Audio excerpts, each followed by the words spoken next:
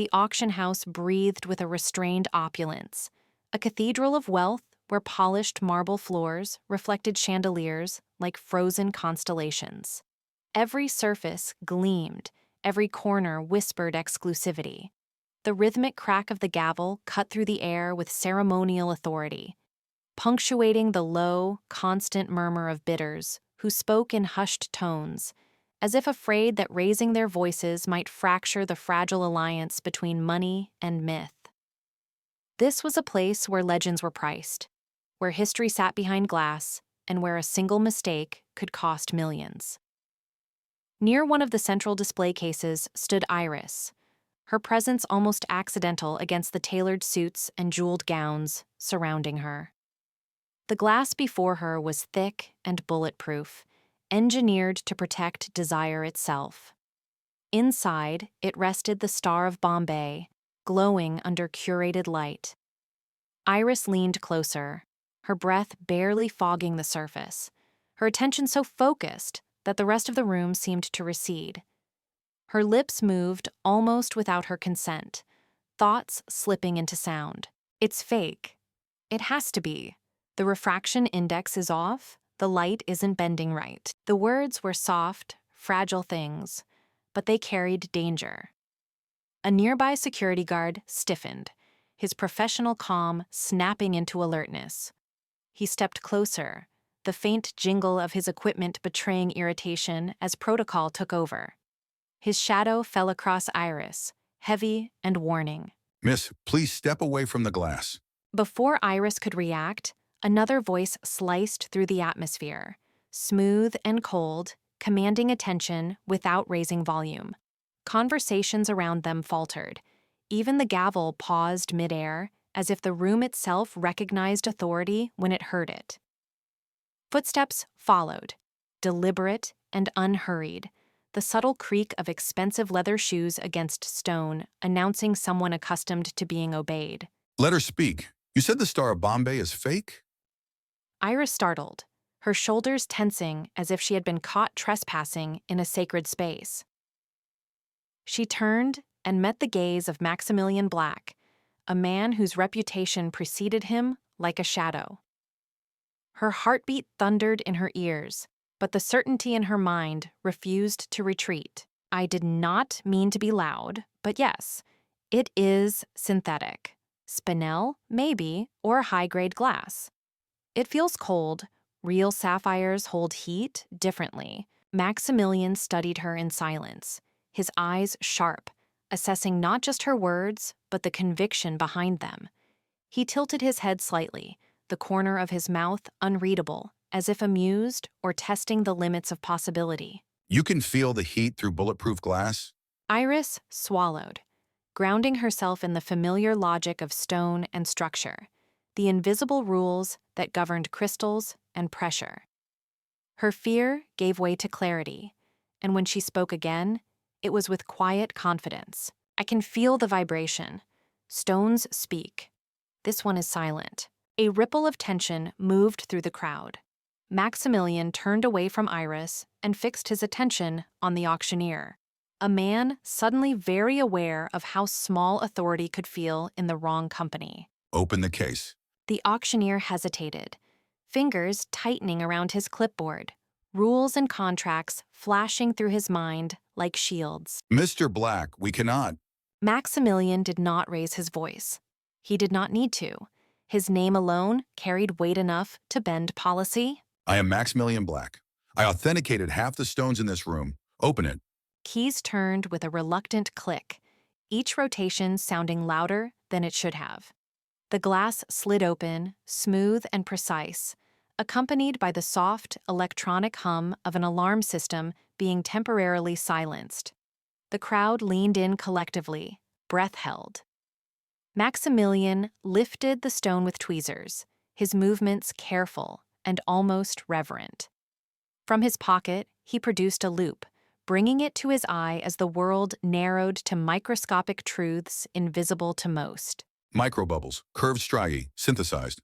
He let the stone drop onto the table. The sound it made was wrong, light and hollow, cheap, a sound utterly unworthy of legend. It is a forgery worth $5. Who are you? All eyes turned to Iris. She felt suddenly exposed, a student standing naked before giants. Yet the truth anchored her. I am Iris. I study geology. Maximilian's gaze softened by a fraction. Interest replacing skepticism. You have a microscopic eye, Iris, and you just saved me $5 million. Show me your hands. Confused, Iris hesitated, then lifted her hands, palms roughened by soil and stone. My hands are dirty. I was digging samples this morning. Maximilian took her hand without warning.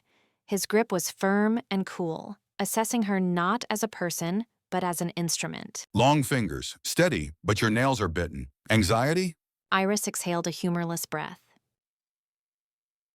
Tuition fees. Maximilian released her hand, already reaching a conclusion. Inefficient. Come with me. The words landed like a command disguised as opportunity. Where? Maximilian turned, already expecting her to follow. To my workshop. I have a 100-carat rough diamond that needs cutting. My cutters are afraid of it. They say it has too much tension. I want you to feel its vibration. The heavy steel vault door did not merely open. It rotated with deliberate, almost ceremonial resistance, each massive tumbler clicking into place like a verdict being passed. Metal groaned against metal until a final, absolute K-chunk sealed the world behind them. A controlled hiss followed, the sound of pressure equalizing, as if the room itself were exhaling.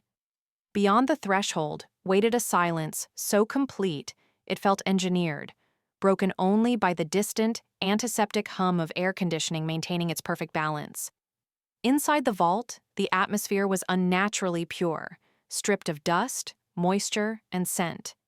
The light was cool and diffuse, reflecting off steel walls that had never known fingerprints or decay. Sound seemed afraid to travel here, smothered before it could echo.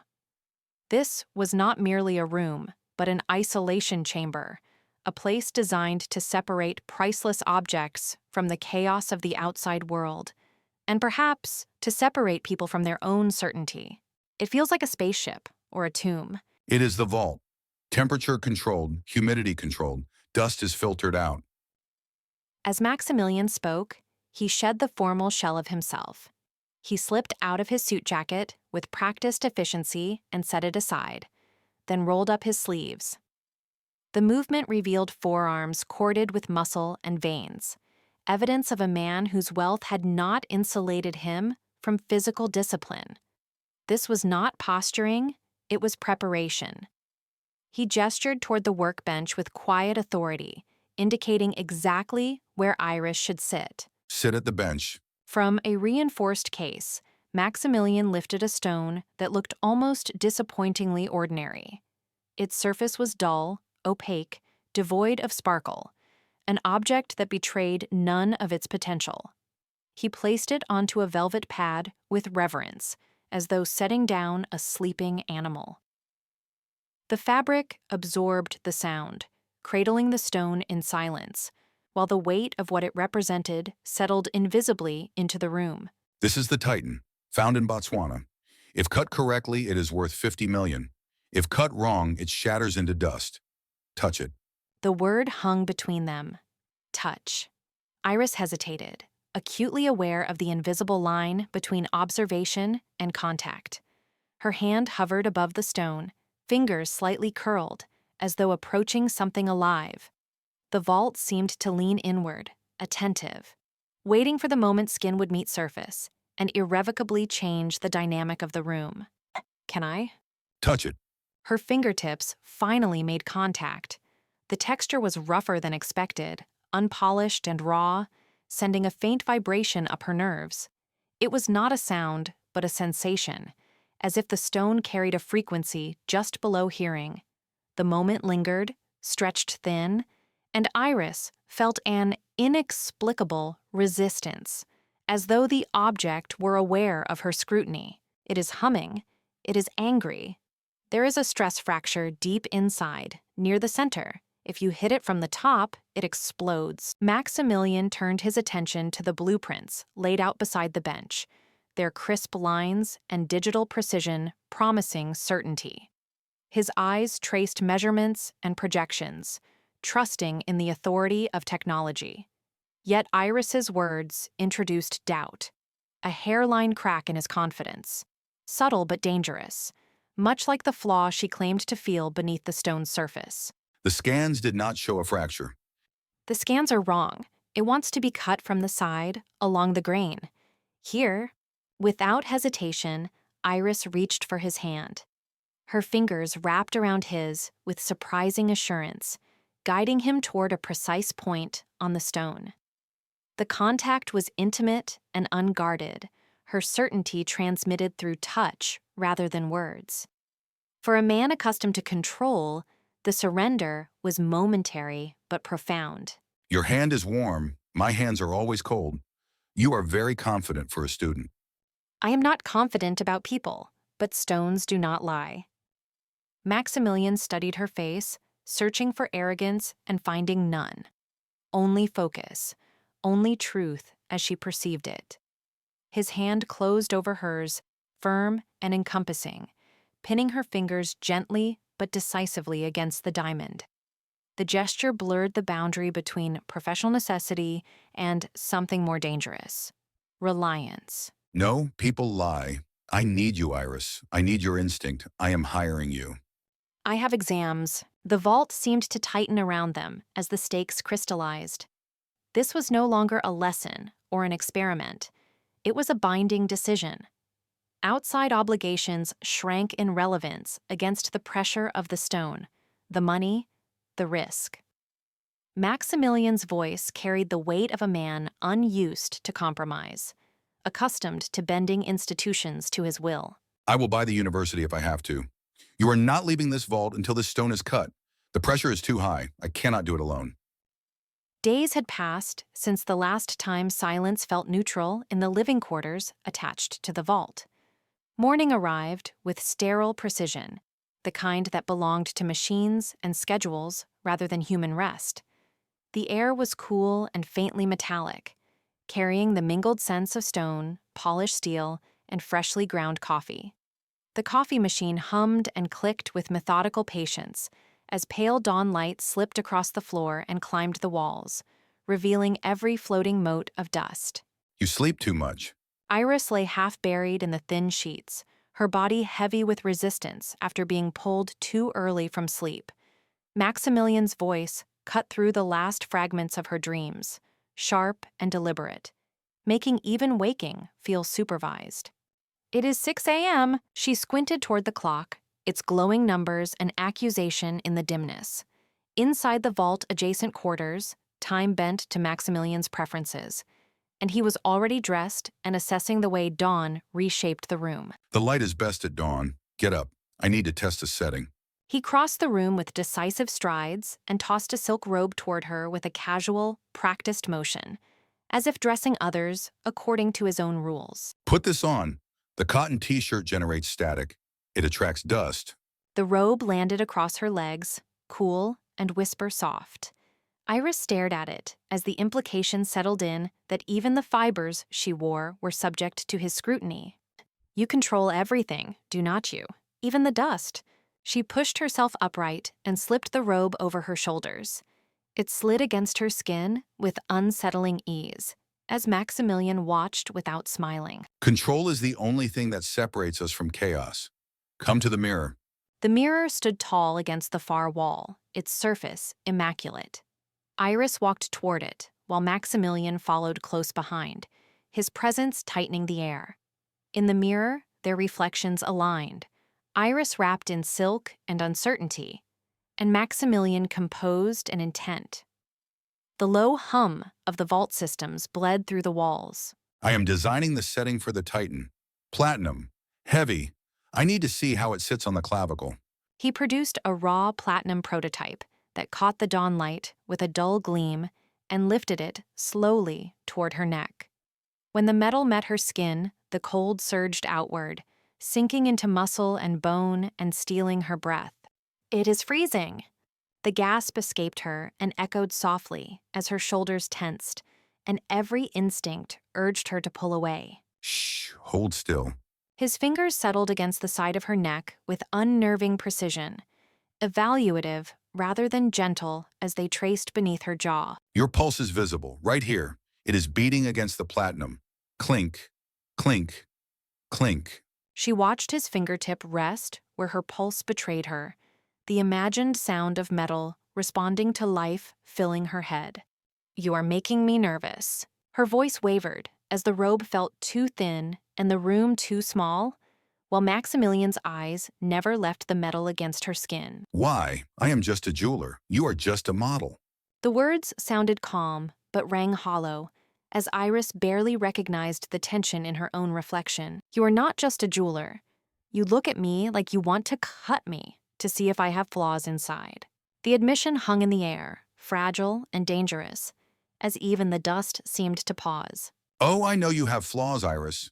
You are messy. You are emotional. You bite your nails. You are full of inclusions. But in a diamond, sometimes the flaws make it rare. His voice grew intimate and controlled as he pressed the metal more firmly against her skin, deepening the cold. Iris's breath grew shallow as the mirror reflected a woman held perfectly still, framed by silk and steel. I want to keep you in this vault where no one else can touch you. The words settled with terrifying finality as Iris realized the necklace was not the only thing being designed. The workshop breathed like a living thing, its walls stained with the history of heat and labor. Tools hung in disciplined rows, catching the orange pulse of firelight. A blowtorch ignited with a sharp hiss, the flame narrowing into a focused tongue of blue and white. The air thickened instantly, metallic and acrid, vibrating with the subtle tremor of power. Every surface seemed to hum as if remembering past transformations, as if the room itself understood that creation here always began with destruction. Molten solder kissed metal, and the sound was intimate, soft, and insistent, a whispering sizzle that carried consequence. Heat rippled outward in waves, pressing against skin and breath alike. The bench glowed faintly where sparks had landed before, scars mapped like constellations. Time slowed under the discipline of precision. Hands hovered, measured, deliberate. In this space, mistakes were unforgiving, but mastery promised permanence. Hand me the solder, closer. Iris shifted nearer, the boundary between safety and risk narrowing to inches. The flame reflected in the curved glass of Maximilian's goggles, twin suns caged and controlled. Her pulse answered the heat, quickening as the air pressed warm against her cheeks. Every instinct tugged her back, yet another, quieter voice urged her forward, toward the promise embedded in his certainty. It's hot. The word barely escaped her lips before it was swallowed by the workshop's breath. Heat lapped at her knuckles, insistent, undeniable. It was not merely temperature, but memory, an echo that stirred old cautions and old hurts. The flame did not care. It existed to do its work, impartial and exacting. Heat is necessary. To bind two metals, you must melt them. You must destroy their original form to create a new one. As he spoke, his gaze found her through the safety goggles, steady and assessing. The lenses reduced the world to essentials, stripping away softness. In that look was a craftsman's faith, the belief that what endured had first survived the fire. The torch sang between them, a thin, unwavering note. Are you afraid of heat, Iris? The question lingered, heavier than the smoke curling upward. It asked not only about the flame, but about all the fires she had known, moments that had demanded courage when retreat seemed kinder. Her throat tightened as the past stirred, uninvited. I've been burned before. Her admission carried more than pain. It carried proof of survival. The heat before her sharpened into contrast, illuminating the line between harm and purpose. The workshop listened, the torch still alive, waiting. By whom? My ex? He stole my tuition money. He said I was worthless. The flame died with a click, and silence rushed in to fill the void. The sudden absence of sound was startling, like a held breath finally released. Smoke thinned. The workshop seemed to pause, attentive to the weight of her words, to the fracture they revealed. Worthless? He turned off the torch completely, setting it aside as if it no longer deserved his focus. The goggles came off, revealing eyes sharpened not by heat, but by judgment. The quiet between them was deliberate and respectful. He was a fool. He looked at a rough diamond and saw a rock. Without the barrier of glass, his attention felt closer, more human. The workshop lights softened around them, edges blurring as if the room itself receded. His certainty did not shout. It settled, heavy and assured. Come here. What? Come here. She stepped closer, the movement small but decisive. The space between them collapsed, replaced by a charged stillness. Her breath steadied as she crossed an invisible line, choosing presence over retreat. Give me your hand, the one with the bitten nails. He took her hand with care, as if handling something already precious. His lips brushed her knuckles, gentle and reverent, an act stripped of haste. The touch lingered just long enough to reframe the hand not as a habit of anxiety, but as evidence of endurance. You are worth more than the Titan diamond, and I am the only one who knows the current market value. Their eyes met, and the workshop faded further, reduced to a halo of tools and shadow. In his gaze was appraisal without cruelty, valuation without doubt. It was not possession he offered, but recognition. Let me polish you, Iris. Let me strip away the doubt. Let me make you shine so bright it hurts to look at you. The words wrapped around her, not as command, but as invitation. Heat returned, this time internal, a warmth that threatened the old scars with light. The workshop waited, patient, knowing that transformation was never rushed. Okay. The day of the cut arrived with a weight that pressed down on the workshop like an unseen hand. The air vibrated with tension, thick and metallic, carrying the constant hum of the laser cutter as it warmed the space. That sound was not merely mechanical, it was a reminder of precision, of wealth and ruin balanced on a single moment.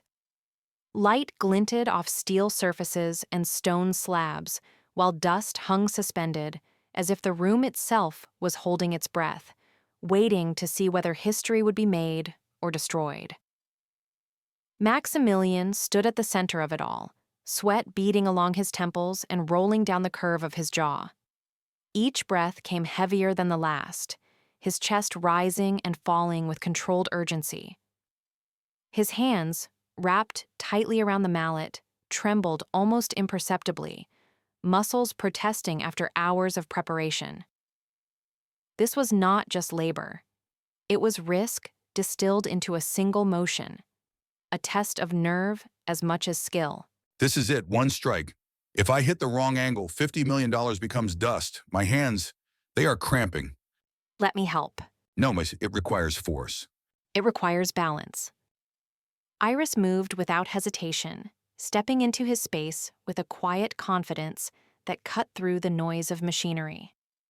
She came up behind him, her presence calm and deliberate, and wrapped her arms around his waist. The gesture was both intimate and practical, her body aligning with his, her weight steadying him.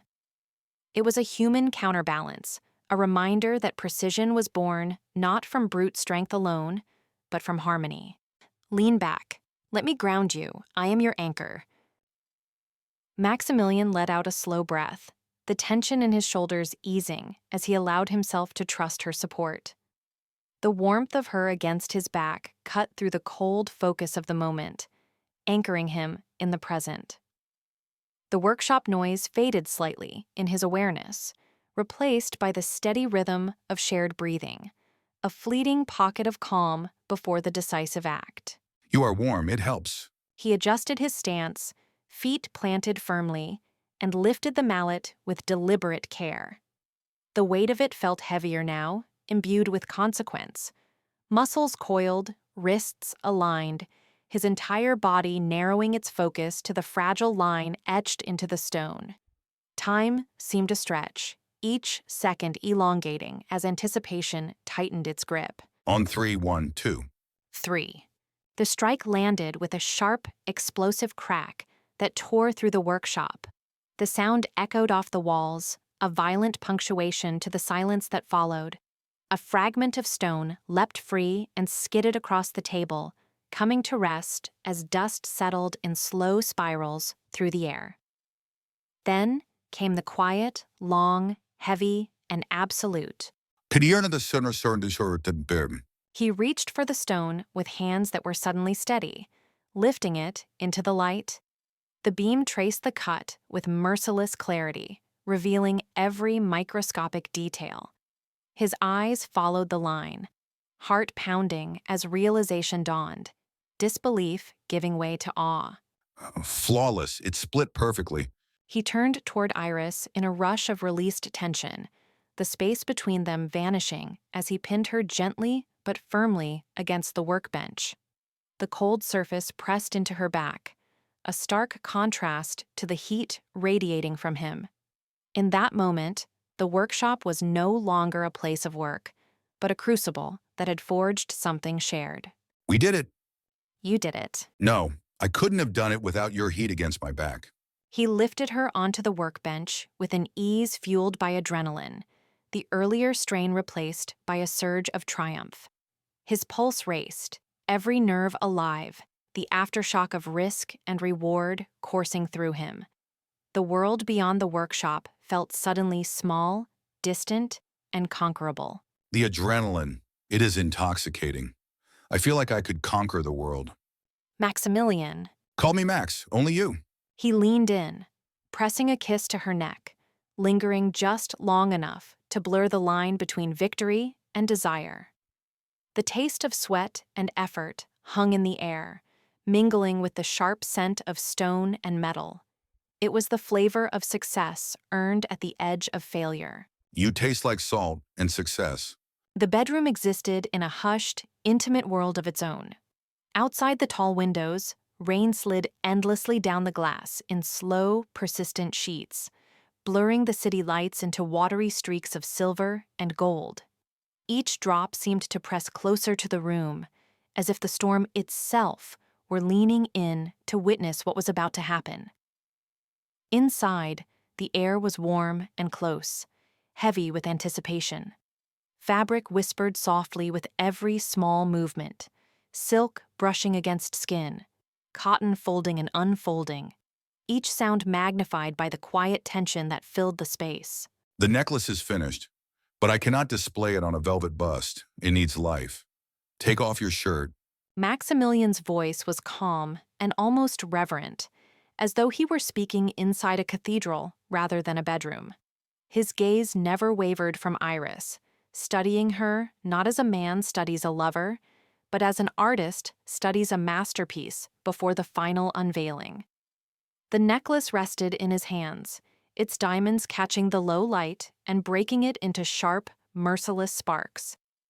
It seemed to pulse with intention, waiting to be placed where it belonged. Max. Her protest was soft and unfinished, dissolving into the space between them. Iris felt the weight of the moment press against her ribs, her pulse loud in her ears. There was vulnerability in standing before him like this, in knowing she was about to shed not just fabric, but a layer of herself. The rain outside echoed her hesitation, tapping insistently as if urging her forward. Turn around. I need to drape it. She obeyed slowly, every movement deliberate. As she undressed, the fabric slid down her arms and fell away with a muted sigh, pooling at her feet. The sound was small, but in the charged silence, it felt thunderous. Her bare back met the cooler air of the room, skin tightening instinctively with each shallow breath. Maximilian stepped closer, near enough that she could feel his presence like heat at her spine. Your skin is so soft. Diamonds are the hardest substance on earth. You are the softest. The contrast is art. His fingers hovered just above her, never quite touching at first, tracing invisible lines along her shoulders as if mapping where the necklace would rest. The idea of contrast lingered between them: hardness and softness, power and surrender, permanence and flesh. Iris felt herself caught between those forces, aware that she was becoming part of something designed to be seen and remembered. When the necklace finally settled against her skin, the sensation was immediate and undeniable. The diamonds were cold, sending a shiver down her spine as their full weight came to rest at the base of her throat. It was heavy, not just in mass, but in meaning, pressing into her as if to remind her of its presence and the role it demanded she play. The rain outside seemed to pause, as though even the storm were holding its breath. "It's heavy." Her voice carried a mix of awe and uncertainty. She adjusted her posture instinctively, shoulders pulling back under the unfamiliar burden. The necklace did not allow slouching or shrinking, and commanded her to stand tall and accept its dominance. She could feel its cool authority with every breath she took. It weighs 200 carats. It is a collar, Iris, a collar for a queen. As he leaned in, his lips brushed against her shoulder in a gesture that was both tender and possessive. The kiss lingered just long enough to blur the line between affection and claim. Iris felt the contrast again, the softness of his mouth against her skin and the unyielding hardness of diamonds framing her throat. When you wear this, everyone will know you belong to the House of Black. Does that scare you? The question hung in the air, heavier than the necklace itself. Iris searched herself, feeling the pull of fear and the thrill of recognition twist together in her chest. To belong meant to be seen and elevated, but also bound. The rain resumed its steady rhythm, a reminder that there was no stepping out of the storm once you were in it. "A little, you're so intense. You want to own everything." She turned her head slightly as she spoke, not yet facing him, as if needing that small distance to speak the truth aloud. Her reflection in the darkened window showed a woman transformed, framed by light and shadow, and crowned in diamonds that belonged not to a shop display, but to power itself. I don't want to own everything. I just want to own the rare things. And you are a one-of-a-kind cut. His hands came to her waist, firm and guiding, and with a smooth, practiced motion, he spun her around to face the mirror. The movement was decisive and almost ceremonial, as though he were revealing a final piece of art to its audience. The diamonds caught the light again, scattering it across the glass. Look in the mirror. Do you see the girl who worked in a crystal shop? Iris stared at her reflection. The woman looking back at her stood straighter, her eyes sharper and her presence undeniable. The necklace framed her face like a declaration, erasing the memory of dusty shelves and polite smiles. The rain, the room, and Maximilian all seemed to orbit this new version of herself. "No, I see someone powerful." Saying it aloud sent a quiet shock through her. Power was not something she had ever claimed before, yet now it fit her as naturally as the diamonds against her skin. She felt changed, not remade, but revealed. That is who you always were. I just polished the surface. The ringing of the phone cut through the room like a blade, sharp and insistent, shattering the fragile calm that had settled over the space. It was not a gentle sound, but an aggressive one, vibrating against the walls and echoing off glass and steel, as if the device itself sensed the danger it carried. The city beyond the windows continued to breathe with traffic, humming and lights flickering, but inside the room, time slowed, coiling tight around that single, relentless ring. Maximilian reached for the phone with controlled precision, his movements economical and practiced. When he lifted it to his ear, his posture straightened almost imperceptibly, the way a predator becomes still before the strike. The air seemed to thicken as the call connected, an invisible tension stretching between him and the unseen voice on the other end of the line. Black speaking. What? Who is this? Something shifted behind his eyes as he listened. a subtle hardening that transformed his expression from guarded to lethal. The muscles in his jaw tightened, and his grip on the phone became white-knuckled. Whatever he was hearing was not a surprise, but it was an escalation, a line crossed and a threat made tangible. Listen to me carefully. If you come near my building, if you even look at her, I will turn your bones into dust. The words were delivered with terrifying calm, stripped of emotion, each syllable precise and deliberate. When the call ended, Maximilian did not hesitate. He pulled the phone away from his ear and drove it down with sudden violence, smashing it against the nearest surface. Plastic and glass shattered as fragments skittered across the floor, the echo of the impact hanging in the air. Max? Who was that? Iris had been watching him, her body still, but her eyes wide, tracking every movement. The crash of the phone made her flinch, her heart jumping into her throat. She searched his face for answers, fear and confusion tightening her chest as she waited for him to speak. A rival, a thief. He heard about the Titan. He heard about you. He thinks you are the key to the vault. Each sentence landed heavier than the last, layering meaning and menace into the space between them. The Titan and the vault were words that carried weight far beyond their syllables, hints of a world Iris had only begun to glimpse. A world where knowledge was power and people were hunted for what they represented. Am I in danger? The question slipped out before she could stop it. Quiet but urgent. Her mind raced, replaying his words and trying to assemble them into something that made sense.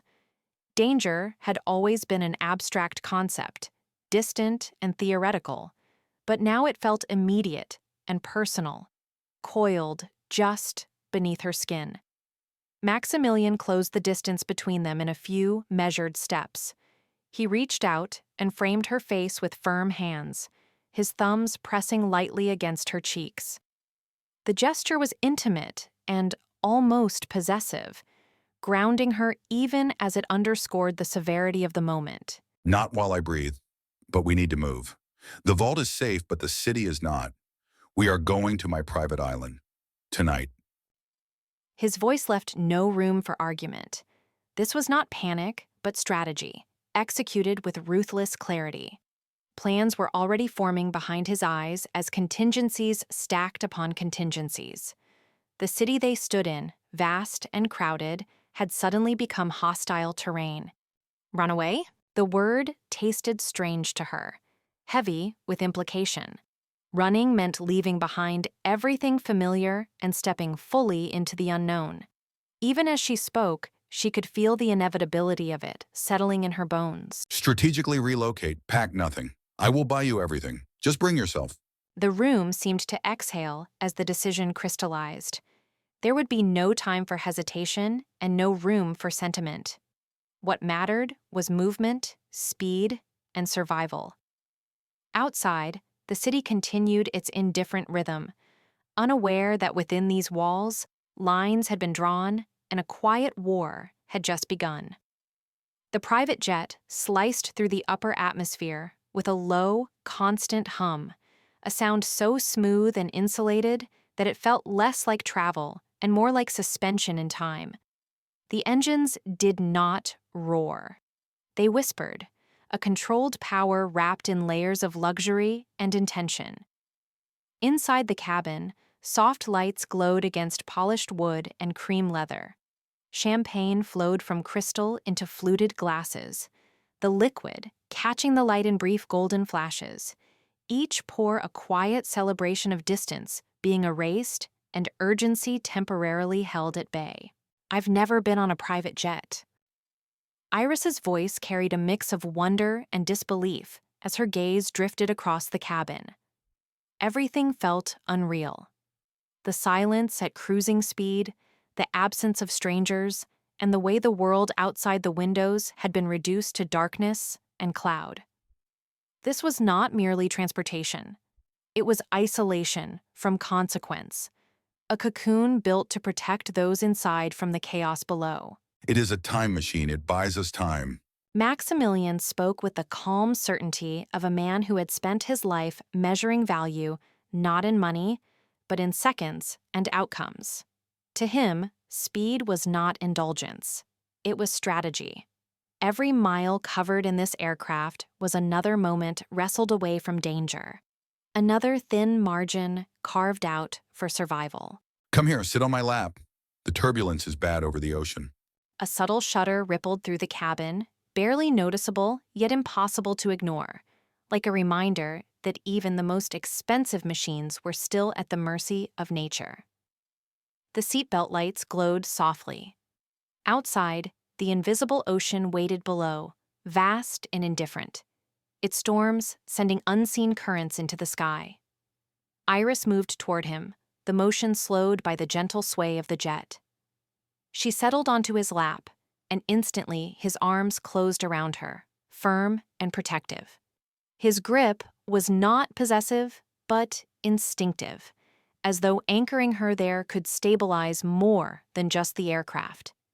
The turbulence continued, but within that small circle of warmth, the world narrowed. "Max, your heart is beating fast.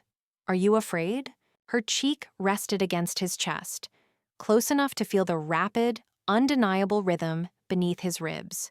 It betrayed him more honestly than words ever could. For a man so controlled and deliberate, the pounding of his heart was an exposed truth, echoing loud in the quiet cabin. I'm terrified. Not of the thief. I can handle him. I'm afraid of losing you. The admission hung in the air, heavy and unguarded. He did not soften it or dress it in bravado. Terror, real terror, was not about threats he could outthink or enemies he could crush. It was about absence, about the hollow space she could leave behind. For 55 years, I cared about stones. Cold, dead stones. Now, I care about something that can bleed. Something that can leave. It makes me weak. His voice lowered, as if confessing a sin. Diamonds, jewels, and artifacts were objects that endured and never asked for reassurance or threatened departure. They had been safe. Loving Iris was not. She introduced fragility into a life built on permanence, and that fragility frightened him more than any enemy ever had. "It makes you human." She lifted her face toward his, her expression gentle and unwavering. In that moment, the jet's motion, the danger ahead, and even the vast darkness outside seemed to recede, leaving only the quiet truth between them. Her lips brushed his cheek in a soft, deliberate kiss. A small act loaded with promise and grounding warmth. It was not dramatic, but it was certain. A silent answer to every fear he had voiced. "I'm not going anywhere. I'm stuck to you." Like Solder. The metaphor was imperfect, almost technical, and precisely because of that, it landed. Solder was not romantic. It was functional, resilient, and designed to hold under heat and stress. Good analogy. A deep chuckle vibrated through his chest, the sound rich and low and carrying relief with it. For a brief instant, the tension eased, replaced by something dangerously close to hope. Let's hope the bond holds. Outside, the jet pushed onward through the night, engines steady and course unwavering. Inside, amid leather and light and whispered confessions, two lives pressed together, testing a bond newly formed and hoping it would prove stronger than the storm ahead. The sound of the ocean wrapped the island in a living, breathing rhythm. Waves rose and collapsed against the rocks with patient force, their white crests dissolving into mist that drifted inland. Tropical birds called to one another from unseen perches, their sharp, bright cries cutting through the warm air. The modern villa stood in quiet contrast to the ancient sea, with clean lines, glass walls, and pale stone reflecting sunlight as an oasis of human precision surrounded by endless, untamed blue. Inside the villa, Maximilian moved with deliberate care, crossing from door to door. Each lock clicked into place with a final, echoing certainty. His hand lingered on the cool metal, a second longer than necessary, as if sealing more than just entrances. The outside world of noise, danger, and pursuit was shut out piece by piece. With every turn of the lock, the space grew smaller and quieter, until only the island, the house, and the two of them remained. We are safe here. Total isolation. Just you, me, and the ocean. The words settled into the room like a vow. Sunlight spilled across the floor, catching dust motes that drifted lazily in the air. Beyond the glass walls, the horizon stretched without interruption, a perfect line where sea met sky. The isolation was not just physical. It pressed inward, creating a cocoon where time seemed to slow and the future felt suspended, waiting for them to decide what it would become. What do we do now? The diamond is cut. The necklace is done. Iris stood still as she spoke, the question heavier than its simple phrasing suggested. The project that had driven them, consumed their hours, and sharpened their nerves was finished. Without it, the silence felt louder. Her gaze drifted toward the ocean, searching the endless movement of water for an answer that might not exist yet. Now we live. Maximilian turned toward her fully, the intensity in his eyes softening into something more curious and more exposed. The certainty he carried when speaking of gems and precision gave way to a quieter resolve, one that had nothing to do with craftsmanship and everything to do with presence. I want to learn you, Iris. I know the diamond inside out. I know every facet, but I do not know you. He spoke as if making an admission, almost a confession. The comparison hung between them, stone versus soul, something mastered versus something still mysterious. For perhaps the first time, the unknown did not frustrate him. It beckoned. Tell me everything, your fears, your dreams, your favorite color. The request was simple, yet intimate. It stripped away urgency and replaced it with patience. Outside, another wave broke against the shore, its sound rolling through the villa like a steady heartbeat, urging honesty and stillness. My favorite color is green, like emeralds. A faint smile touched her lips as she answered, the choice revealing more than a preference. Green spoke of growth, of depth, and of something alive beneath the surface. It was a color that held light differently, refusing to be flat or easily defined. Then I will find you the biggest emerald in the world. He closed the distance between them and guided her gently toward the sofa. The movement was unhurried and almost ceremonial. Cushions shifted softly as they sat, fabric whispering beneath them. He drew her closer, an arm wrapping around her with careful strength, as if she were something both precious and fragile. Stay here, let me just hold you. The villa seemed to exhale, the space filling with a calm that had nothing to do with safety measures or locked doors. His embrace was steady and grounding, a pause in motion rather than a demand. Outside, the island continued its ancient routine, indifferent and eternal. I need to recharge. He rested there with her, drawing strength not from solitude, but from closeness. In the quiet, with the ocean as witness, the moment stretched, unpolished, unfinished, and alive, like a gem yet to be fully revealed. The sun was sinking toward the horizon, spilling molten gold across the surface of the sea. Waves rolled in with a patient, endless rhythm, their edges catching the light before dissolving into foam at the shore. Nearby, a small fire crackled, each pop and hiss releasing sparks that drifted upward and vanished into the darkening sky. The air smelled of salt and smoke, of endings and beginnings, quietly overlapping in this fragile moment suspended between day and night. Iris, I have a problem. Maximilian stood close to the fire, the flickering light carving deep shadows across his face. His voice was calm, but beneath it lived a careful tension, as though every word had been weighed and reheated in his chest before being released. He did not look at the ocean when he spoke her name. He looked only at her, as if the rest of the world had already fallen away. What, is the thief here? Iris turned quickly, her gaze sweeping the beach in an instinctive search for danger. Her bare feet shifted in the cool sand, leaving half-moon impressions that the tide would soon erase.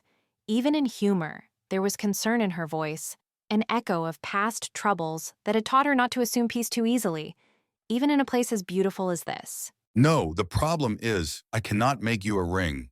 The fire cracked louder, as if reacting to his confession.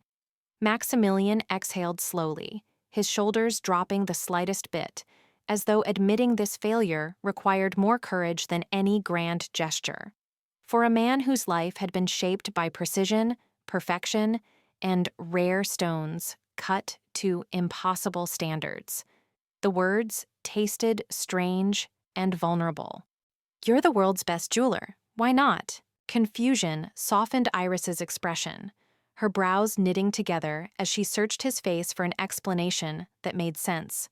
She had seen his hands transform raw stone into brilliance, had watched him coax beauty out of what others deemed ordinary. The idea that he could not make something felt absurd, almost impossible, and yet the seriousness in his eyes stopped her from laughing it away. Because no stone is good enough. I looked at diamonds, rubies, sapphires. They all look dull next to you. They all have flaws. You are the only flawless thing I have ever held. As he spoke, his words flowed with the quiet certainty of a craftsman who knew his materials intimately. He remembered the cold gleam of diamonds under workshop lights, the fire trapped inside rubies, the depth of sapphires like frozen oceans. All of them, once sources of awe, now felt insufficient. Compared to Iris, warm, alive, and impossibly real, they seemed lifeless, their imperfections suddenly undeniable. "Max, I'm full of flaws. I'm messy, remember?" Her attempt at deflection came with a small, trembling smile. Iris shook her head softly, as if trying to dislodge the pedestal he was placing her on. She thought of scattered mornings, half-finished thoughts, the chaos she carried so casually. To her, flaws were not poetic. They were daily companions, reminders that she was human, inconsistent, and far from the ideal he described. Your flaws are perfect, so I have nothing to give you, except this. The space between them seemed to narrow as he stepped closer. The firelight danced across their faces, illuminating the seriousness in his eyes. For the first time, Maximilian's hands that had shaped fortunes, hesitated. This was not a gem he could cut or polish. This was something far more fragile, offered without tools or guarantees.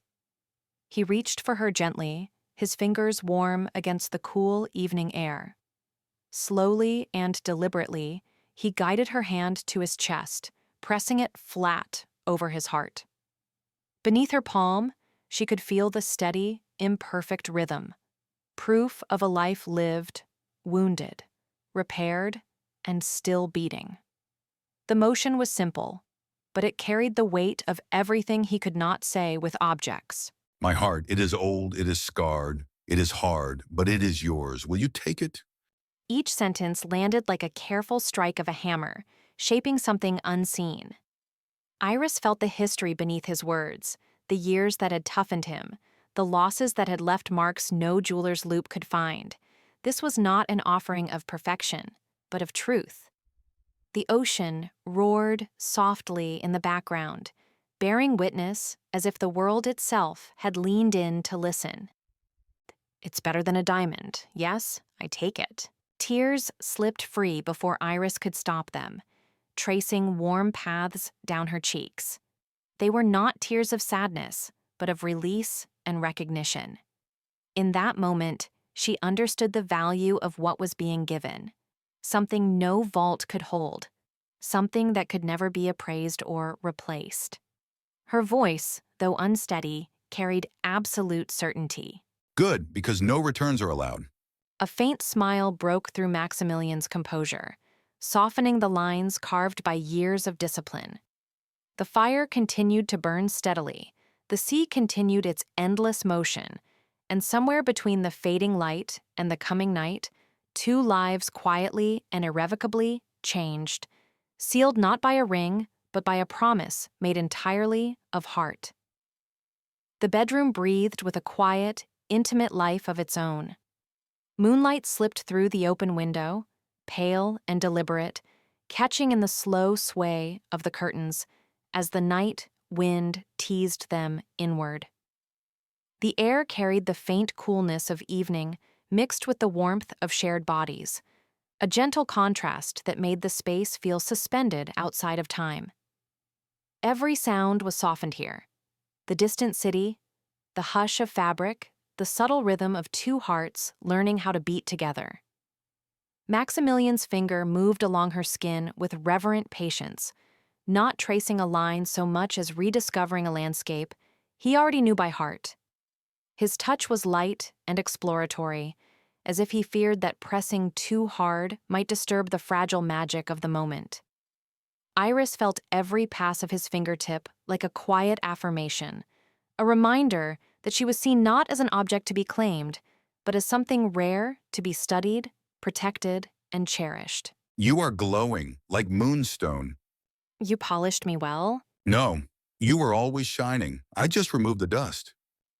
He leaned over her slowly and deliberately, his movement unhurried, as though the air itself had thickened around them.